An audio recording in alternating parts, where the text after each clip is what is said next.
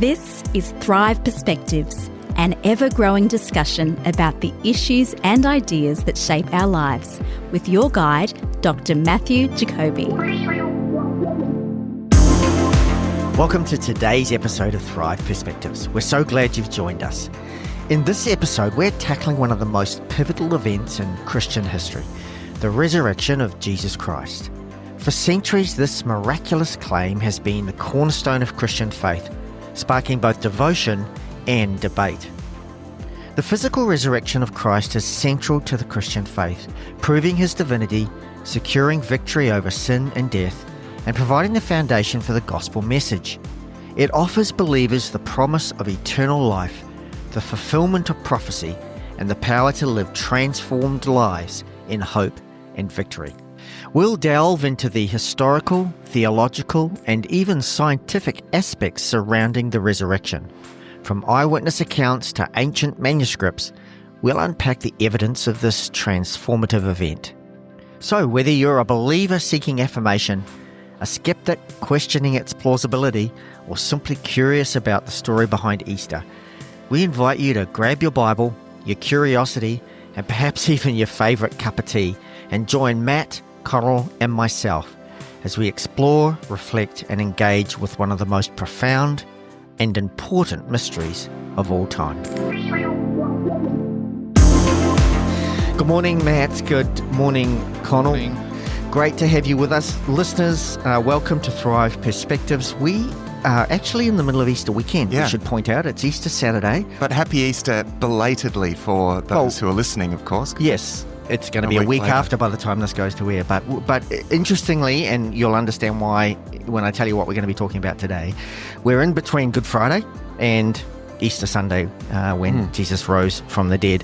And that's actually the topic of our conversation today, is to talk about the resurrection, the claim of the resurrection, how we view that in terms of the historical claim of it, the importance of the resurrection to our faith, obviously, but also because it's so central to our faith, how do we get a sense of confidence from what we know and what we have that, in fact, Jesus rose from the dead?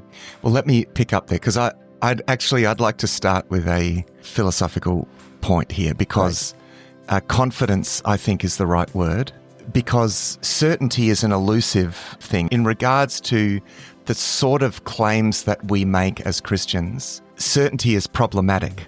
Certainty is 2 + 2 = 4. I'm certain about that because I'm arguing within a closed system right now. One of the things we just need to acknowledge up front about this is that, we're looking at empirical evidence, historical evidence. We're using logic for something, let's just acknowledge this, that is ultimately about something outside of the closed system. Logic, something outside the closed system, outside the empirical world. Now, I don't mean spatially. I mean outside in every sense.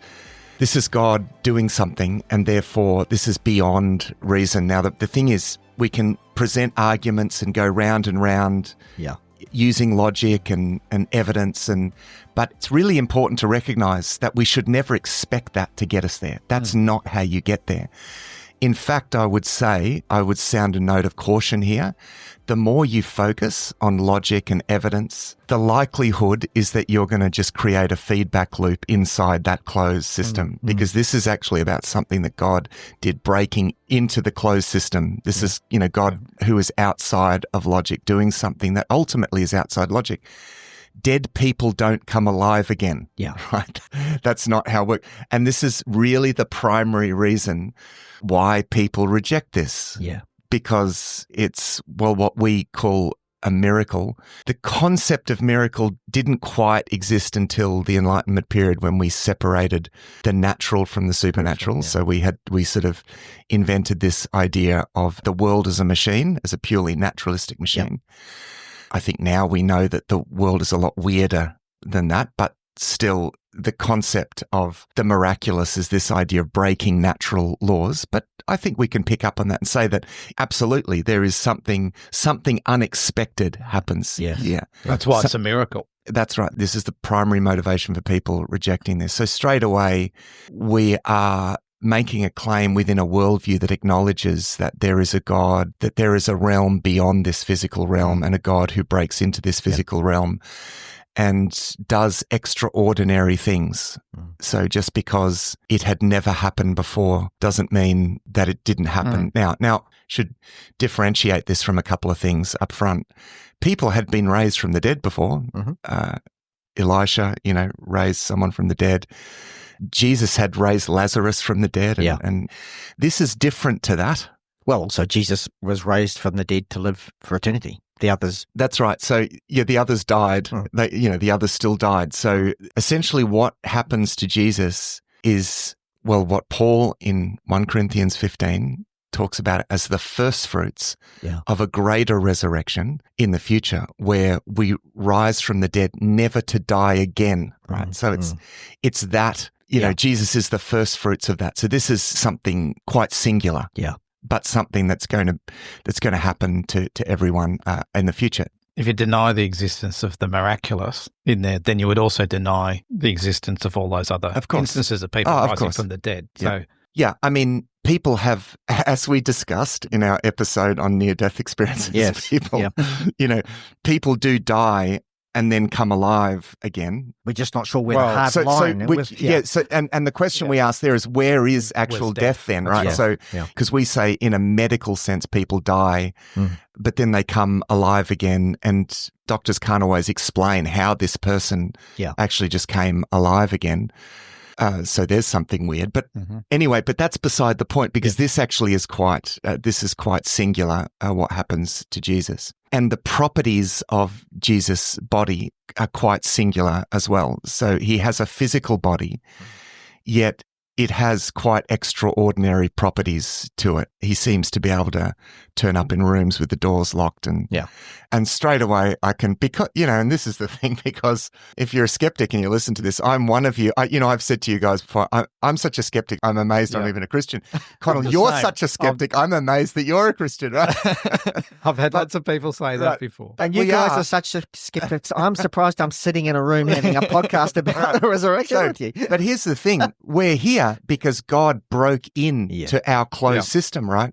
And we had this experience, I am in the grip of something beyond what I can understand or explain, right? Now, what we're going to do today is try to explain things, right? But this is why this point is so important, because the last thing we want to do is lock ourselves in that little hall of mirrors. That little closed circuit system, right? Because that's not reality. God breaks into our reality from the outside, and man, it's so easy to get locked in that reality. So I think that's an important preamble. And I think it's also important to recognize that if you're a Christian, the resurrection of Jesus is actually central to your faith. You can't really be a Christian and not believe in the physical resurrection. That's right. Jesus. Yeah, it's absolutely crucial. It's crucial. Otherwise, he's not who he said he was, in which case... And not, by the way, because to speak about resurrection is to speak about something very specific. It's not saying that, they saw a ghost. Yes. Okay, so let's be clear about this. The claim wasn't that they saw ghosts. There was language for that. If they had just seen a ghost, they would not have used the language of resurrection. In fact, using the language of resurrection, and this is a point that N.T. Wright makes in his book, The Resurrection of the Son of God, which is a very big book, but I think it's one of the best on this. We'll put some references there. Yeah, he makes the point that because this ran so much against the expectation of Jewish belief, that there would be one person would experience the future resurrection before time. For them to use this language, it becomes inexplicable, particularly as Jews wanting to take this claim to other Jews. If they had just seen a ghost, that was quite common. People talked about seeing ghosts all the time in the ancient world. The fact that they didn't speak about seeing a ghost, but they actually claimed something quite extraordinary, something that would bring them a lot of opposition, and did bring them a lot of opposition, I think that's a notable difference. So there are some people that say, well, by resurrection, we just maybe spiritualize it. It's just a way of speaking about maybe the enduring influence of Jesus, or that Jesus lives on in a heavenly spiritual sense, or something like that. It's a different word. Emphatically not what resurrection means, right? Resurrection has a very specific meaning. It means rising from the dead with a resurrection body in the eschatological sense. Yes. And by that I mean in the sense of immortal, of an immortal body. Yeah. Okay. So that's important. Now, the other thing that we need to distinguish this from, and I saw a reel the other day of a guy. These are classic things if you doom scrolling, which we probably all do too much. I do, and you come across, skeptic who says, there were lots of stories about gods dying and rising again, right? And they just took that idea and applied it to this. Actually, I don't know that that's true, though, is it? Well, there are like Horus. There are in the myths of the gods, and this is the difference, right? Yeah, because anyone can tell stories about dying and rising again, and it totally makes sense that they would, right? Because the most feared and unknown thing is death, right? Of course, you're going to tell stories like that in your myths, and it is a kind of mark of divinity, of divine power. If a god is really God, that they should have some power over death, right? I mean, death in the ancient world is mythologized as well. It's you can understand these stories partly in the context because death was personified, right? Hades, the Greek god Hades. To overcome Hades, you had to be a god. Yeah, you had to be a god, because it's personified, right? And it's the same in ancient Near Eastern beliefs. But very few ancient Near Eastern beliefs had any kind of thought of any kind of life after death. Obviously, the Jews, and even that was divided. You had the Pharisees who believed in the afterlife and the spiritual life, but you had the Sadducees who didn't. It's like you're dead, you're dead. That's all there is to it. But the Pharisees believed that there was a spiritual life and there would be a full bodily resurrection. But the Sadducees, as part of the Jewish, didn't believe that. They only hold to the Torah. Which shows something. Yeah. It shows that the belief in a resurrection was actually quite an unusual thing. Very unusual. That's my point. The Sadducees weren't the kind of post-Enlightenment positivists of their time, right? That wasn't where they were coming from. Yeah. They were coming from when you go into the realm of the dead, you stay there. Yeah, not coming back. That's the way that it works. Yeah. So the Pharisaism, which was originally a kind of revival movement. That's right. I mean, it hardened into something a little unfortunate by the first century. They were picking up on scriptures like Psalm 16, which says, "Therefore my heart is glad, my tongue rejoices, my body also will rest secure, because you will not abandon me to the realm of the dead, nor will you let your faithful one see decay," right? So there were this and other texts that hint at the fact. Job saying, "Yet in my flesh I will see God." Another, I mean, even in Isaiah 53, stunning prophecy about the suffering and death of Christ also prophesies resurrection. So my point of raising that at that moment was to say there wasn't even a cultural expectation of something like this. There was nothing like what we believe happened with Jesus. No, not in other cultures. No, there was this, and even within the Jewish culture, there was only two options really. There's nothing after death, or there's sort of a spiritual life until the end of time when the full everyone is resurrected. That's right. Yeah, and you've got to be careful with this too, because I've seen a reel as well. We're going to stop. Wow. Where someone... We're scholars. We're I just sit there and wait for the algorithms to tell me what I need to know. Right. So anyway, I've seen it, and I think it was a reel. It's a similar thing of sort of saying, look, here's this gods from other cultures. This god, I can't remember which one it was. It might have been Horus. And basically, it follows the whole Christian resurrection story. It was going to die 3 days, rise again, and so on. And you're sort of reading it and go, oh, gee, that sounds so much like the Christian resurrection. So you basically take that and you just assume it's true. And then you actually go away and research it and you realize it's all just completely made up. So there's actually a lot of people claiming things out. And that's not just me saying that. There's others arguing against the resurrection, saying there's no evidence of any of those facts. But when you just take them at face value, you just assume that it's true. Because those little snippets that come up, they're... But you don't do the research yourself. How many of us actually go back to the original sort of texts to verify these things? And I think this is going to be, let's not get bogged down in this. I think this is going to be a really big issue going forward, because we got to a point where we assumed if you had a photo or a video of it, it was unequivocal evidence. But now, with AI, you can't even trust that. So it is important, and we would really encourage listeners, if you are seeing these things, just dig a bit deeper, because TikTok is not a great place to get facts. No. Moving on. No. Thanks, Stu. You're welcome. That's important. But you don't have to dig too far, because there are plenty of atheists arguing against the resurrection who will distance themselves very quickly from a lot of these. And actually don't just dismiss the resurrection either as quickly as you may hear some of these other experts quickly dismissing the resurrection. They do feel there are questions and things have got to be resolved. That's right. So just to distinguish it from whatever stories may have existed, those myths, they're not actually literal historical claims. The difference with this is that this is not something that happened in a realm of the gods somewhere. This is something that actually happens in history. Yeah. This is a historical claim. Yeah. So that's one of the other important things, that as well as the fact that they're completely different kind of claims. So let's maybe just declare what we believe most people, Christian or non-believer, would accept about Jesus. The fact that he lived is probably well recorded as a historical fact. The fact that he was executed by the Romans, crucified, is pretty much, it's recorded in lots of other literature, historical literature written at the time. People like Tacitus, who was a Roman historian at the time, he referred to Jesus' execution under Pontius Pilate during Emperor Tiberius's reign. Josephus, of course, was a Jewish historian. Thales, a Greek historian. He actually spoke about the darkness that came over the earth at the time of Christ's crucifixion. So there's no, up to that point, it's pretty well documented outside of Scripture that this event took place. Well, even what's also important there is that he was buried in a tomb. Yeah, not in a mass grave. Correct. His body just wasn't thrown down a hole or something. He was actually put in a tomb, that he was raised bodily. What historians would actually say is there is a case there that there was some kind of empty tomb that needs to be explained. But I think that's where it starts to get grayer, whereas I think what I was trying to say is the other facts up until that point are pretty much accepted universally. So I would add to that, there's very little doubt also about the fact that he did actually die. Yes.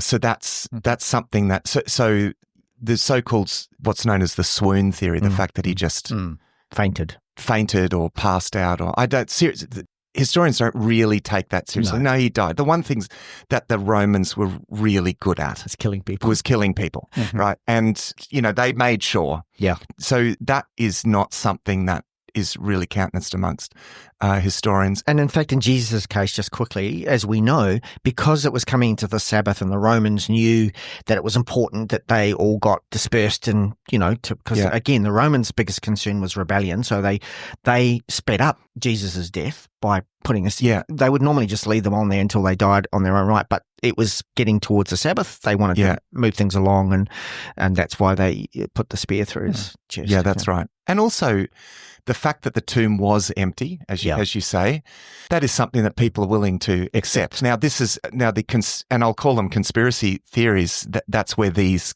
come up at the time. I mean, it's interesting that in Matthew's gospel, he addresses this. That they put guards on the tomb. Why? Because they wanted to ensure that no one stole the body and made any claims or anything. So let's just think about that for a second. In whose best interest was it for there not to be a body in there? Not the Romans. So they're going to make sure no one can steal the body. Yeah. Not the Jews. They just crucified him. Yeah. So in whose best interest was it for there not to be a body there? Who is going to steal the body to create this if, in fact, it's not serving anyone's best interest? Yeah. Certainly as Jews touching a dead body that's not something that you're going to do as pious Jews either. But the whole objective of this crucifixion was to get rid of this Jesus character. That's right. Anyway, because we needed to, the Romans also wanted to crush the rebellion, the rebellion and so on that was going on. So they'd gone through all of that to actually have a body rise back out of the dead was just going to make everything way worse at that point. Yeah. And I think most historians agree that there's a case to be made that the tomb was empty because at any point they could have gone into the tomb. Then this is why the fact that he was buried in a tomb is important, because then people knew the location of the body. And so if you know the location of the body, if you wanted to quell uprising of people were saying he's been resurrected, we've seen him, is just to go and bring the body out and go, nah, the body's still here. But that didn't happen. So as we move towards the case, and I'm going to follow somewhat N.T. Wright's some points that he makes, and I'm not going to do this exhaustively, but I'm just going to again make the point. Of course, there is room for doubt, because actually God always, in everything that God does, he always leaves room for doubt. Seems to work that way. Because and the reason is because he doesn't want to force a choice on us ever. There is always a little open door that God leaves. It's exactly the same reason why he put the tree of the knowledge of good and evil in the garden, right? Yeah. I've created you for a relationship with me. If you don't want it, I haven't locked the door. Yeah. Right? I'm not locking you in indubitable evidence here. Here's a door. If you want to doubt and dismiss it, there's a door for you, and the door's always open, right? Yep. And the other thing is the kind of modern scientific method is doubt-based. It's referred to as methodological doubt, which means that you take a hypothesis, you put it on the table, and then you seek to discredit it. Yeah. Okay? That's the scientific method, methodological doubt, which means that, I mean, this is the thing. I'm a big fan of history, and I love listening to podcasts on history. And the thing about history is that they keep revising history because everything can be doubted. This is the thing. Everything can be doubted. There's always room for doubt. People get PhDs for coming up, saying, oh, there are holes in that theory, and here's another theory. And then the next generation. So there's a problem here with method as well, because there's always going to be room for doubt. I think it's important to recognize theologically that doubt is an open door that God will always leave open for us. There will always be reasons for doubt. Yeah. And that's not for entrapment purposes. That's because he wants a genuine relationship where we choose him. Oh, the point is he doesn't want to trap us with indubitable evidence. Again, I mean, I think it's... Because I could just hear people saying, oh, why does he do that? So that we can stuff it up and then he can punish us. But he also wants us to be able to hang on to him. If there was no room for doubt, then everything would always be explainable and obvious as to why God is doing anything. So he'd always have to operate in a way that satisfies our need to know the reasons for everything. Yep. And this is one of the things, like with the resurrection and with the bodily appearance. And then one of the rebuttals that people would make to it is, why did he appear to so few people, setting aside the 500 witnesses, because that's kind of hard to substantiate, but to decide why didn't Jesus go on like a speaking tour to demonstrate himself through, widely to thousands and thousands of people? Like, why didn't he do that if he wanted to prove himself? I get the point that they're trying to make, but I think a lot of these objections, this is where they come from. There's lots of, well, what if, or why wouldn't he have done this? And a lot of things are, I don't know why he wouldn't do this. Well, we know that because it's the same reason why he spoke in parables. Because again, the more you know, the more you're accountable for. And Jesus says in Matthew 13, I'm speaking in parables so that those who have ears will hear. Yeah. Right? I want to speak to people who are willing. I'm not going to compel people who are not willing. Yes. And so, yes, he appears to particular people. Now, the claim about 500, maybe Stu, you can pull up that reference. Paul is amongst the earliest of the Christian writings. He's the one that, again, he's making a claim here that is within that generation, that people could well have said, hang on, no, he didn't. Like, what are you talking about? So when you're writing things down, because of course the writings of Paul, this is earlier even than the Gospels that he's making these claims about the resurrection. So the first thing that we'll say about the resurrection, this is the approach that N.T. Wright takes, is that he says we have to explain the sudden emergence of a resurrection movement. This is what Christianity was in its earliest stages. It was a resurrection movement. The central claim that they were making is that Jesus is the Messiah, the Son of God. We know this because God has raised him from the dead. And what do you mean by sudden? Sudden because it seems to come out of nowhere. It wasn't something that they expected. It wasn't even would happen to a single person before the general resurrection, right? Yeah. So it's a very important change that happens here. Do we know the time frame from other historical references as what that kind of looked like? Like, was that something that happened almost straight away? Yeah, straight away. Or is it something that became more obvious, say, 100 years? Oh, no. Yeah. Yes, it's the straight away. This is not, they're not telling stories 100 years later and reading this back. And this is a misconception, I think, that you're more of a popular misconception. I don't think anyone's seriously claiming that. Because again, I mean, the writings of Paul, we know that they're early. No one's contesting that. You know, we have a fragment of John's gospel from 130 AD, right? And we know that John's the latest of the gospels, right?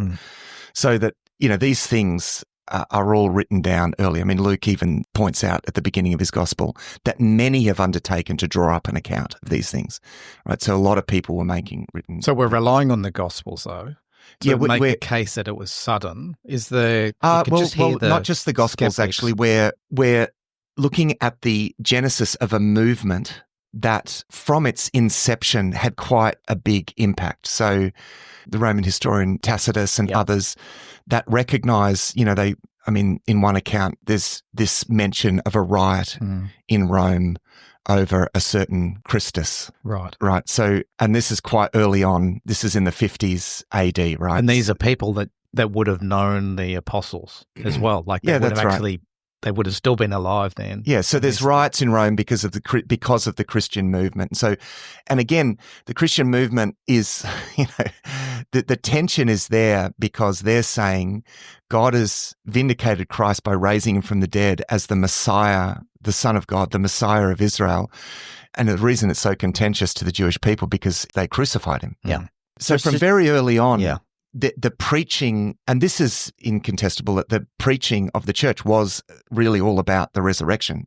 But also just in terms of the speed, fast, given the culture, like no one wanted this to be true in terms of the Romans or the Jews. It's like they were up against everything, and yet this thing grew remarkably fast. I mean, it was huge persecution in the early days. So let me read even from Paul. In the early days. So Paul says in 1 Corinthians 15, this would be a good time to put in some New Testament references. In 1 Corinthians 15, verse 4, he says, if Christ has not been raised, our preaching is useless, and so is your faith. More than that, we are then found to be false witnesses about God. For we have testified about God that he raised Christ from the dead. And if Christ has not been raised, your faith is futile. You are still in your sins. So he's pointing to the significance. And even then, people are saying, is that really? Did he really? Paul's saying, I know it's hard, right? Yeah. There's almost a sense like, in one sense, we'd prefer to be talking about something else because this has really generated lots of trouble for these people. Yeah.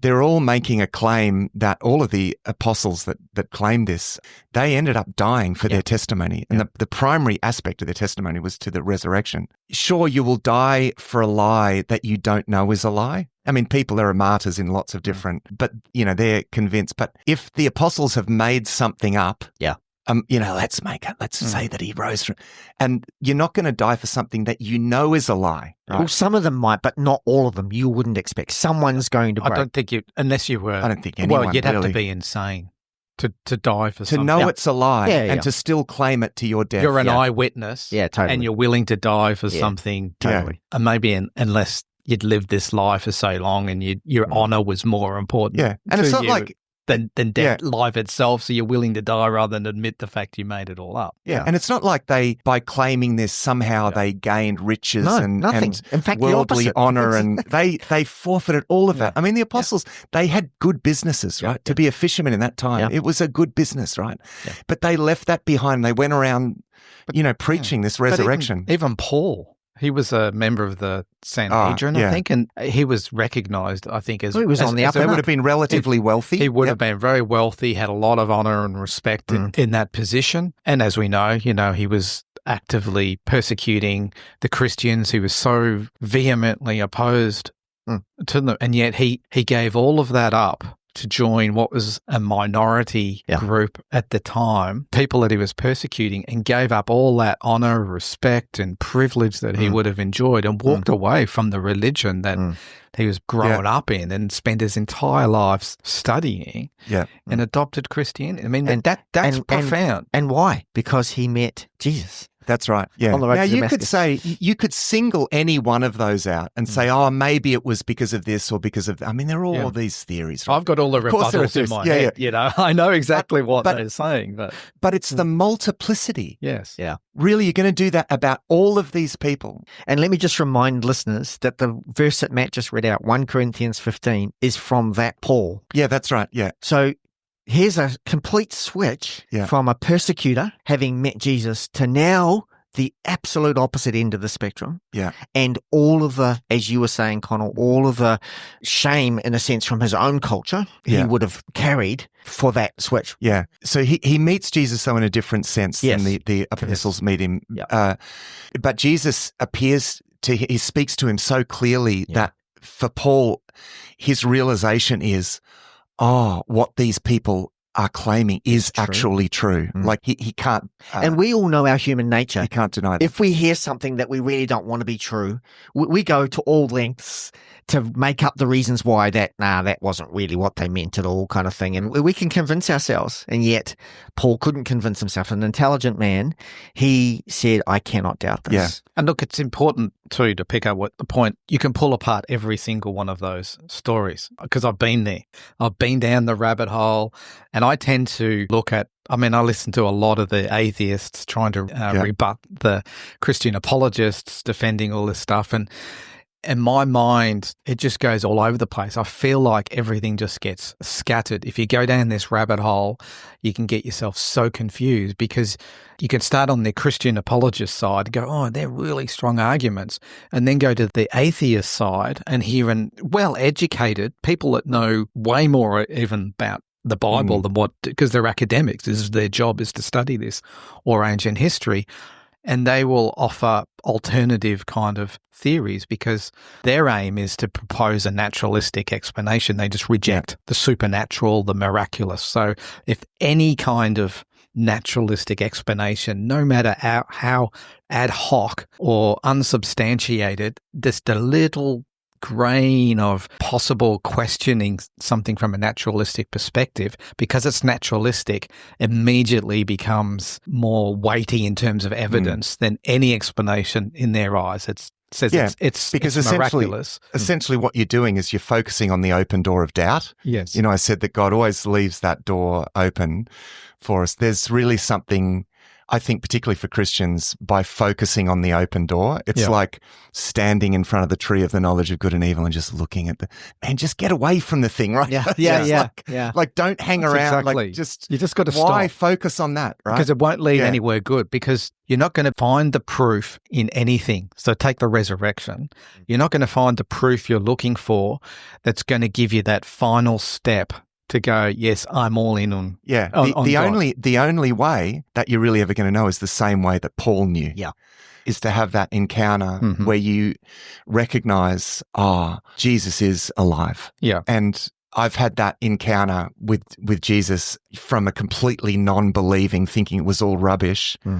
And it's like, that's the thing that brings us to faith, not reason. Yeah. And it kind of flips you, because I think there's a good point there too. It kind of flips you from coming from the point of view of, you've got to prove to me that Jesus is real in your situation, to the other side. It's like, I know this is real. Prove to me it's not. Yeah. And then you go, you're now looking for the evidence to prove that what you feel and you know inside is true. But just coming back just quickly to all those data points, the way that a lot of the people who are rebutting the Christian apologists, they're just picking out lots of like threads of, well, it could be this, it could be that, and so on. And so in isolation, you end up with all these little ideas, and there's just so many of them, and you just spend your time trying to chase all these threads. You've got to not look at just each of those in isolation.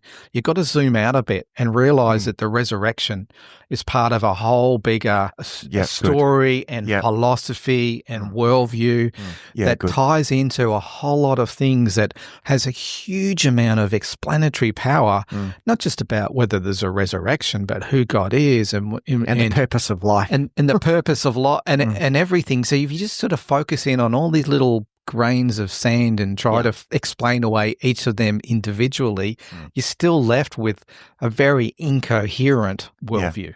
Yeah. So just to underscore the fact that this was central to the early preaching, that it was very much a resurrection movement.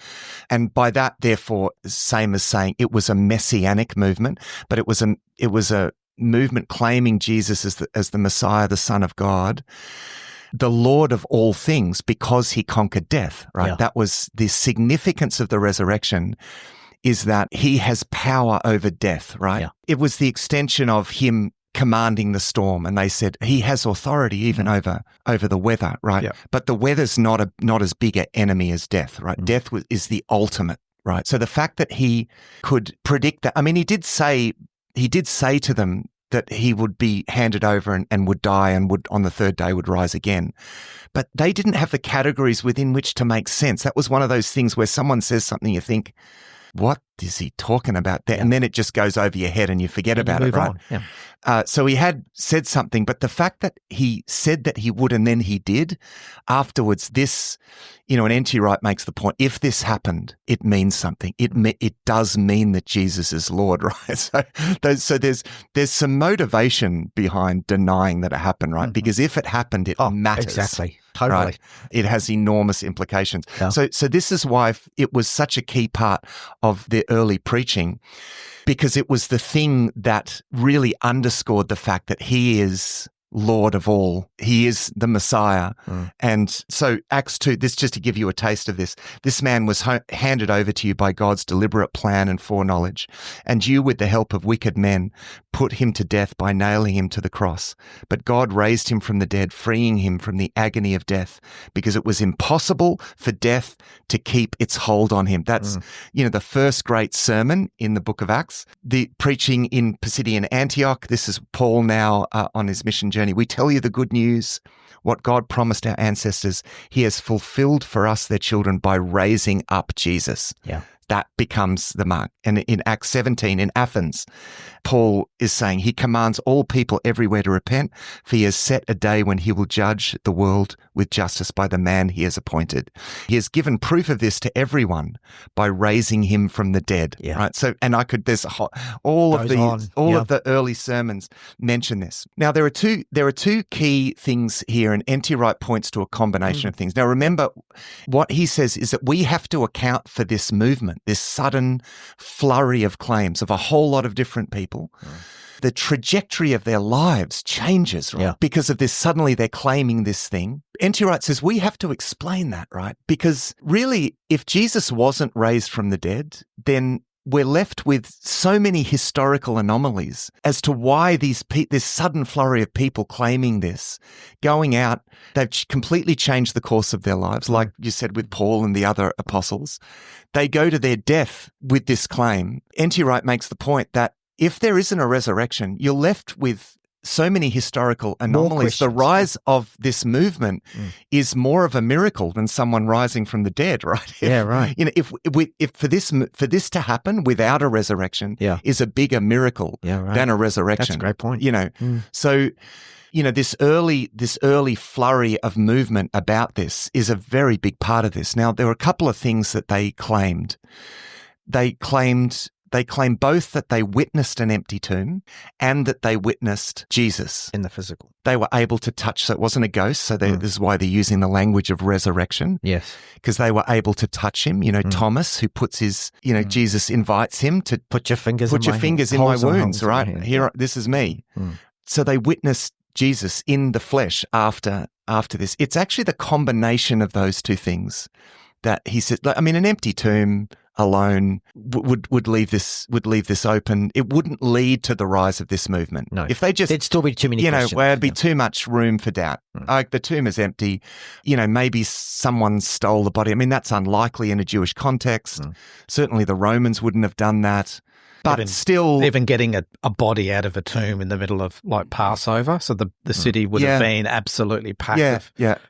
So unlikely. And punishment was death, apparently, if you stole a body from a tomb. So you wouldn't want to risk that. So there's all sorts of even if stuff it was that alone, that'd be something. But it's the fact that there was the empty tomb. combined with the sighting. This argument, I think it's important to remember, and I tried to make this earlier, maybe this is a better time to make it, but why would they steal the body? Like, there was no precursor in Scripture anywhere that the Messiah would rise from the dead physically. Why would they steal the body? Like, that wasn't what they expected anyway. Like it just, it's like, in retrospect, we can see that. But we know, the point is, we know that it wasn't while they believed in a distant future resurrection, they didn't believe that their Messiah, that would necessarily happen. Correct. To any one person. Yeah. So it's like they're stealing the body for what reason? There's always been messiahs. And and now Jesus, based on the whole point of the crucifixion and what Jesus went through was all about shame. And it was not about, it's basically he's looking like a failed Messiah in a big way, in the maximum possible way, facing a death like that and the public shame and humiliation. There's probably not a lot of leverage left in this Messiah anymore. No. Because you're basically picking up a Messiah who's like kind of reached the bottom of the barrel. That's right. That's right.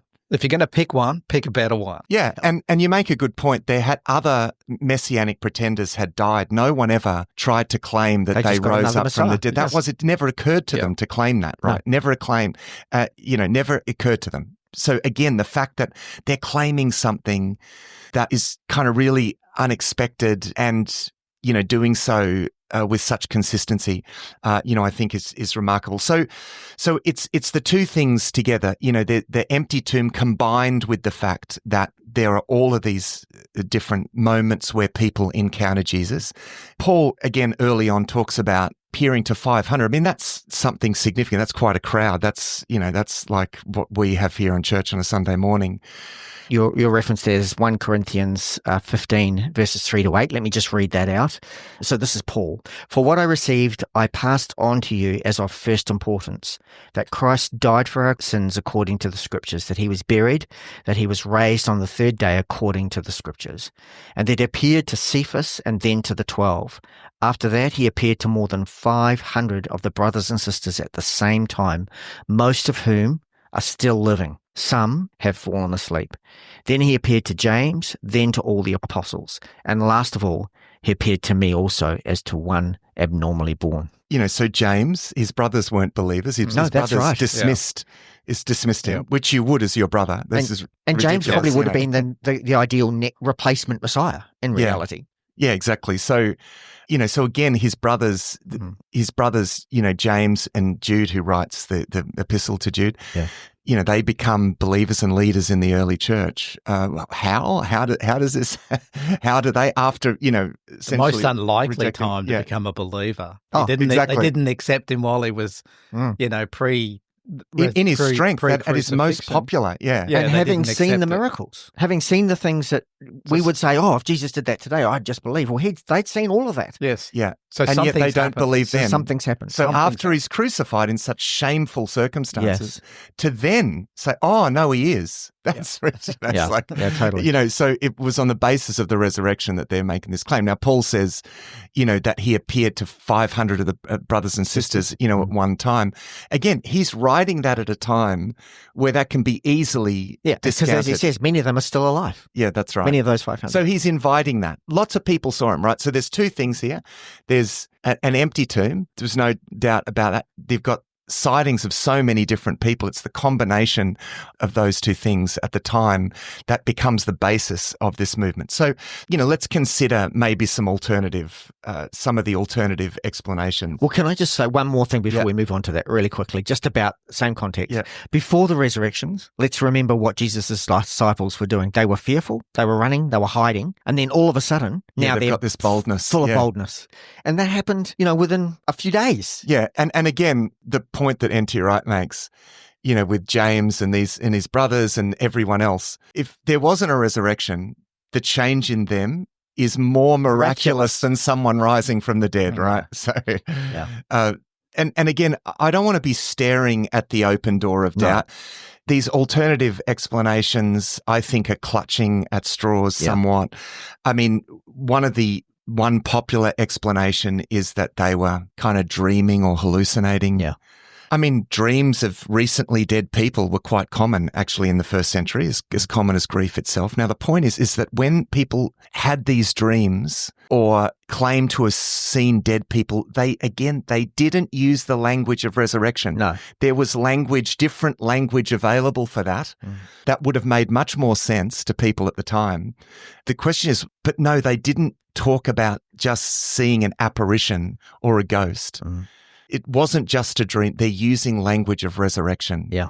And also the fact, if someone just dreamed a dream that they touched him physically, okay, that's explainable. But then you've got to explain, is everyone having this same dream? Yes. Yeah. How can that be? Yeah, it's a pretty weak argument. Yeah. It just doesn't hold water. I mean, there's another argument. We won't go right into this, but this is the argument from what's known as cognitive dissonance, which is this sense that they struggled they thought that he was the Messiah and So ultimately they convinced themselves. Yeah, so they convinced themselves. And I mean, N.T. Wright goes right into this. I mean, cases of cognitive dissonance for groups are very rare. And like he gives an example of a UFO group that said that something would happen and then it didn't, but they convinced themselves that it really did. And it doesn't really bear it's so bizarre. Yeah. And it's so different that all of the circumstances are so different. But they didn't all see that group.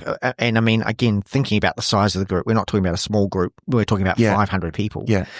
There was some of them who said it and referred it to others who then believed. And, it's like, this is different. This is simultaneously, according to Paul, 500 people. Yeah. So, and the thing with cognitive dissonance too, in the example that is given of this, there are examples of where they change their belief to actually accommodate something that they thought would happen that didn't. Right. So they change their beliefs to incorporate, maybe it's this instead. Right. So this is not really what happens here because they're changing their beliefs because something did happen that they didn't really expect, even though, as Paul says, it was prophesied in the scriptures. They didn't know that at the time. How this fit for Jesus, the fact that that the Messiah, this would happen to the Messiah before time. Because remember, also in Jewish belief, the Messiah was going to come and judge the world and all that. So the idea of a first and second coming, that only really becomes clear with the ministry of Jesus. I mean, it's there in the scriptures,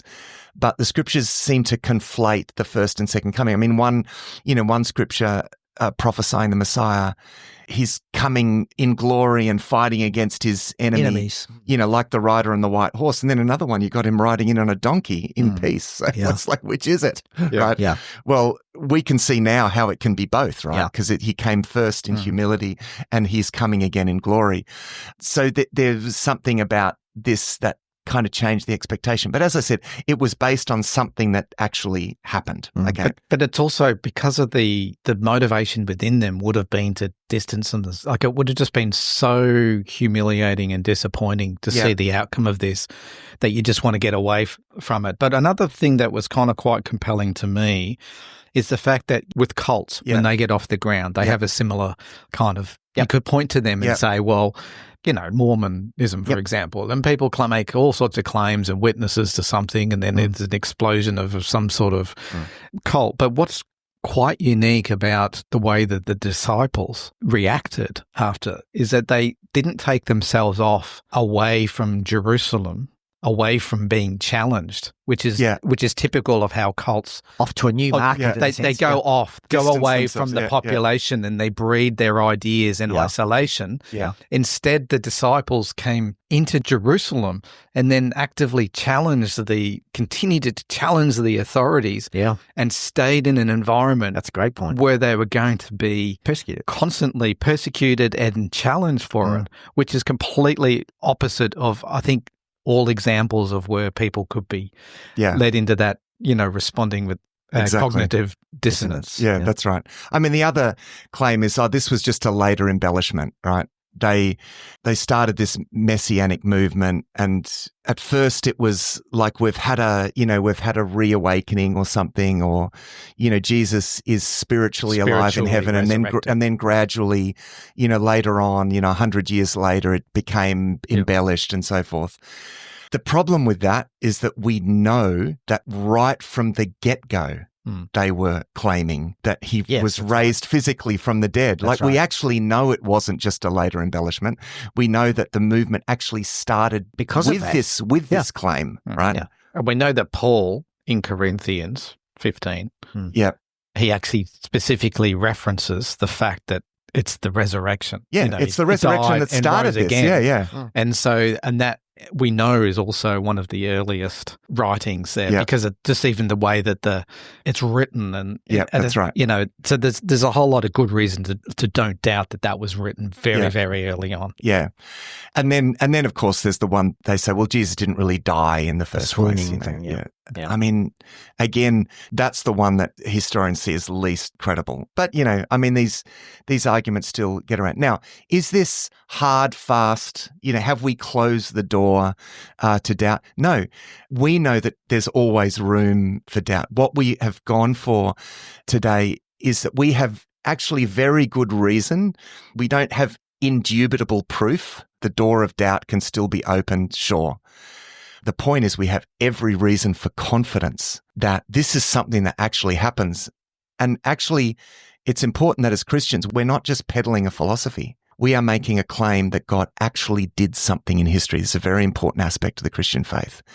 He did something, and because he did that something, he is now doing things. See, this is why this matters, right? And this is where I want to really get to with this. Because it's not just about something. It begins with something that happened. That's the core, right? God raised Jesus from the dead. He is the Messiah. He is Lord of all. Because he is Lord of all, he is laying his claim on people's lives. I had no intention of coming to faith in Jesus. I thought the whole thing was ridiculous. But God came and broke into my world. As a pastor, I have the privilege of hearing the stories of people of all different walks of life, not just needy people, not just unintelligent people, not just people who lack critical thinking skills. I'm talking people of all walks of life who have encountered a living Jesus. God has broken into their lives and they've found themselves in the grip of something they could not deny its truth. So it's not just that something happens, something is happening. That famous old hymn, He lives, He lives. Christ Jesus lives. You ask me how I know he lives, and the answer, because he lives in me. And ultimately, the way that we know is not just through evidence and historical stuff. We know because God breaks into our world and shines his light in our hearts. It's a personal knowledge. We know firsthand because God took a hold of me, he took a hold of you. That is something that can happen to anyone if we're willing to let God be God. Jesus can become the Lord of our lives. Thanks for joining us for this episode of Thrive Perspectives. Our hope is that these discussions will challenge you to look at life from a new perspective. You'll find all our resources at the Thrive Today website, thrivetoday.tv. If there's a topic that you'd like us to discuss, please email us. Our email is contact@thrivetoday.tv. Until next time, our prayer is that you will thrive.